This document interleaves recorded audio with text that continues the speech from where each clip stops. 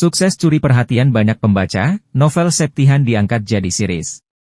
Novel populer ini merupakan karya Poppy Pertiwi. Series Septihan dibintangi Adimas Rivaldi, Thalita Putri, Syahwa, dan Raffi Angkarana. Sentot Sahid selaku produser menyatakan keyakinannya terhadap kemampuan para pemain muda yang terlibat dalam serial ini. Ia juga membagikan pengalaman sebelumnya saat memberikan peluang kepada aktor-aktor muda. Novel Septihan, karya Poppy Pertiwi yang telah mencapai 55 juta pembaca kini diadaptasi menjadi sebuah serial. Dengan arahan Suroso Emie sebagai sutradara, serial ini diharapkan mampu menghadirkan cerita yang sama kuatnya seperti versi novel.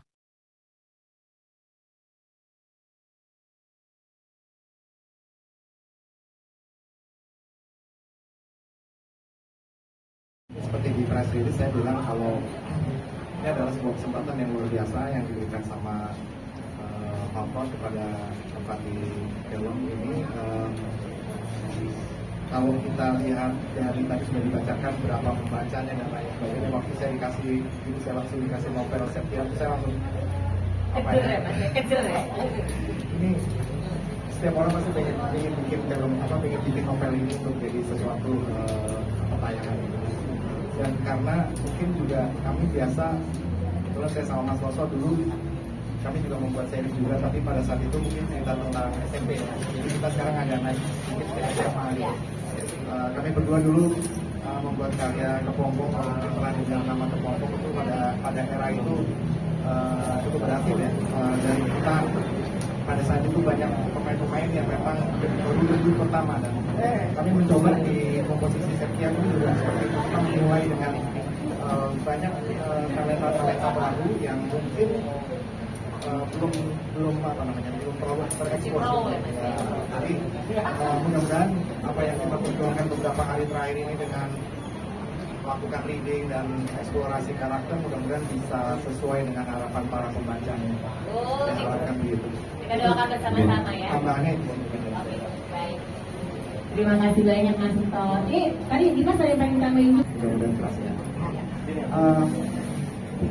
Pertama pasti ya yang namanya nyari casting itu merupakan satu proses yang saya sebagai produser dalam setiap produksi itu yang sampai hari ini itu terjadi, yaitu setiap cerita, setiap naskah itu akan menunjuk pemainnya sendiri. Jadi proses kita mencari casting Septihan ini cukup lama ya, berkali-kali gitu. Dan pada saat Dimas itu datang malam ya kalau nggak salah ya, sore ke malam datang malam, saya langsung lihat wah ini nih. Itu saya coba saya tes ini segala macam. Awalnya saya belum melihat seperti Mbak tadi bilang mirip sama novel yang di novelnya, ilustrasinya ya. Tapi pas berapa saat kemudian, berapa hari kemudian dia datang udah potong rambut, mirip. Jadi pengalaman saya selama ini, setiap naskah itu pasti akan menunjuk pemainnya. Kita udah rancang nih, misalnya saya pernah pengalaman juga dalam judul-judul yang lain, kita udah kepengen si A gitu, tapi the last minute itu bisa switch kan tiba-tiba. Jadi di dalam banyak sih orang film pasti banyak tahu ya bahwa terkadang kita udah punya sesuatu, tapi kadang-kadang selalu setiap cerita itu akan menunjuk siapa yang akan memerankannya. Begitu juga dengan kru segala macam itu kayak semua kayak chemistry, kayak magnet yang siapa yang dipilih gitu oleh pemain. Jadi prosesnya seperti itu Mbak, tapi di dalam perjalanan setelah terpilih itulah yang menjadi mungkin saya kira aura seorang pemain itu muncul ketika kita udah mulai reading, mulai masuk ke dalam karakter. Kayak kita lihat sekarang kayak cerahnya, cerianya kelihatan gitu. Biasanya begitu sih pengalaman itu makanya yang bisa saya jawab. Jadi prosesnya nggak yang kita nyari mukanya mirip nih yang main ini, enggak, tapi mainnya bagus, kemudian ketika kita berinteraksi cukup komunikatif ya, itu yang paling penting sih buat saya. Mungkin Mas Koso mau tambahin, itu juga punya banyak pengalaman proses di dalam kita mencari pemain. Silakan Mas Koso. Ya, lucu-lucu sedap, bukan dari sedap, lucu-lucu sedap. Karena kan kita sama Indonesia, ya berapa babak itu kita ada 3 atau 4 babak untuk milih tes pemain, ya kan, dari namanya A sampai Z, itu sampai Z balik lagi A, ya kan, namanya Dimas maksudnya. Ya intinya sih, kalau saya bersyukur ketemu mereka ini, selain punya motivasi besar untuk menjadi seorang aktor, mereka juga punya attitude yang bagus, ya, menawarkan beberapa hal bagaimana supaya bisa lebih banyak untuk didik, karena untuk bisa mengeksplorasi novel Septihan ini seperti novelnya. Karena kemarin sempat ada beberapa anak Gen Z bilang kalau bikin novel sempat tidak sesuai atau miss dengan isi novelnya, penonton pasti kabur. Nah, ya kan, ada beberapa film, nggak perlu saya sebutin ya. Saya punya anak kebetulan Gen Z, protes, kenapa? Itu harusnya ceweknya yang ini, kenapa jadi ini? Nah, gitu. Jadi nggak ditonton orang, nah, itu yang berbahaya. Jadi kita memang, kalau teman-teman juga bisa mengingatkan, apalagi media ya, kalau untuk perkembangan film Indonesia perlu mengingatkan bahwa kalau ngambil dari novel memang diusahakanlah sesuai dengan novel semaksimal mungkin.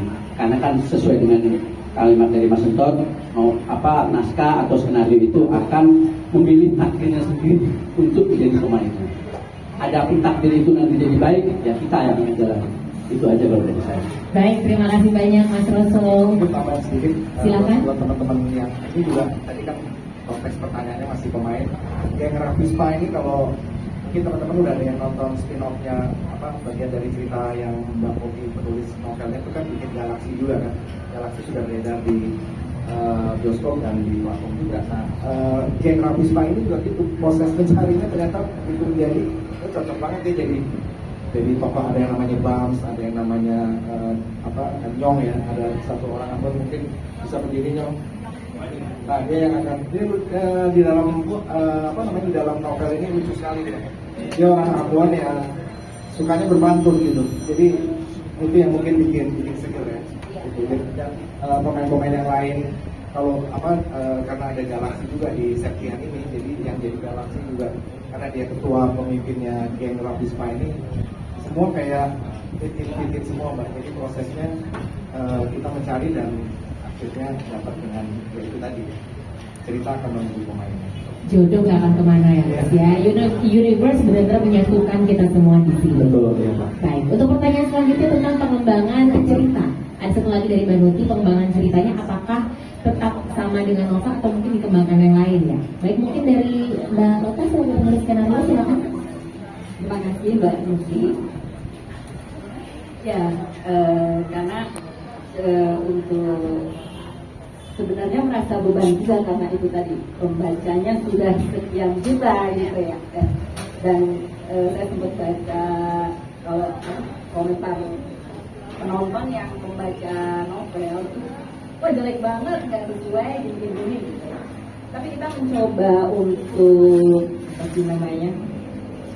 mencoba untuk ya dan semaksimal mungkin dengan menambah beberapa konflik, karena untuk sebuah novel satu paragraf itu dibaca selesai ya.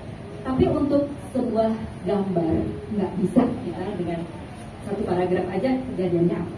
Nah, penambahannya adalah di hal-hal demikian bahwa oh ini paragraf ini bisa menjadi beberapa konflik, jadi kita kembangkan. Itu tujuan kami tetap untuk memperkuat cerita itu tanpa melenceng atau tanpa mengkhianati cerita. Betul, karena memang sebagai pembaca buku, novel atau series apapun juga kita kan punya theater of mind sendiri ya, betul, ya. Betul. Begitu kita nonton, oh ternyata audio visualnya tidak sesuai dengan apa bayangan kita. Tapi kita harapkan dan pastinya saya yakin nih dengan Mbak Lota, Mas Roso, semua tim dan juga semua cast, semua kru juga bisa membuat ini tidak keluar dari jalan ceritanya, malah bisa memperkaya dari novel Septihan itu sendiri. Baik, terima kasih.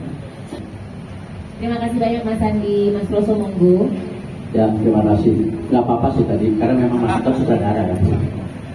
Bos saya ini. Ya. Oke, Mas, makasih Mas pertanyaannya Mas. Jadi gini Mas, kita dasarnya pasti naskah. Dari novel ditulis ke naskah skenario sama balota. Itu dasar kita. Ya, jadi kita semaksimal mungkin akan memaksimalkan semuanya dari pemain.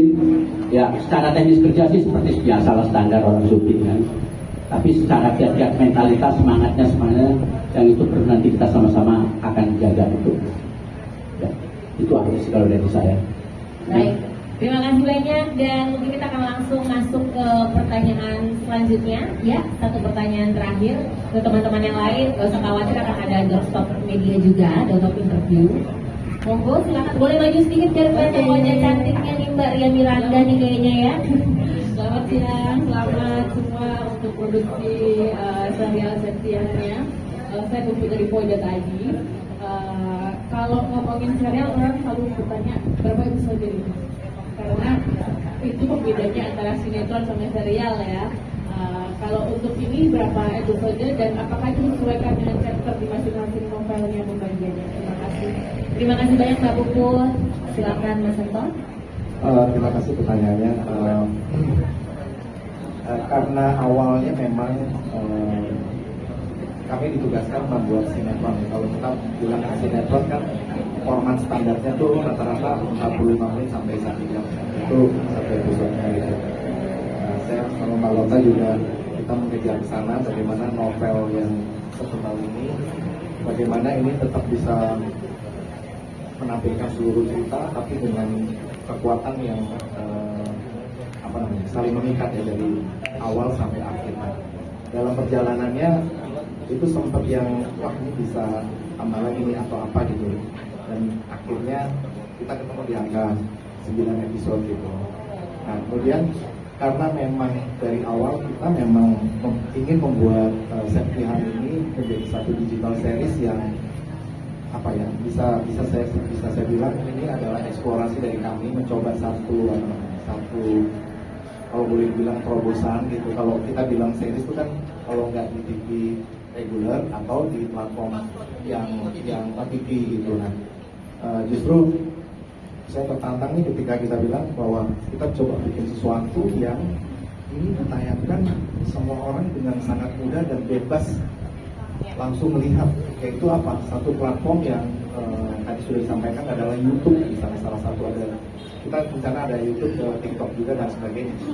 Ini menurut saya salah satu cara bagaimana kita bisa mencapai penonton yang lebih luas lagi. Kalau OTT kita sama-sama tahu pasti yang berlangganan saja yang bisa lihat, tapi dengan platform digital yang bebas sekali, asal orang punya kuota, punya aplikasinya, dia nonton mau di mana aja gitu. Cuman di dalam perjalanannya setelah skenario jadi itu terutama khususnya di YouTube ya. YouTube itu tipikal satu tontonan yang nggak mungkin jarang orang mau nonton yang panjang. Jadi akhirnya kita diskusi, maka dari yang 1 jaman itu kita pecah di YouTube-nya, karena kalau teman-teman juga tahu YouTube tuh karakternya buat penonton tuh yang 15 menit atau 20 menit ditonton gitu. Akhirnya saya sama Mbak Lota menyesuaikan bagaimana satu episode itu dipecahnya kayak gimana. Tapi kalau kita bicara 1 jaman, ini 9 episode. Bisa dibilang ini adalah proses sama-sama belajar ya, sama-sama belajar dan juga menantang sesuatu sehingga mendapatkan ekspektasi yang lebih menyenangkan lagi. Karena biasanya sesuatu yang baru kan lebih excited ya Mas ya, seperti Mas Anton jadi produser juga.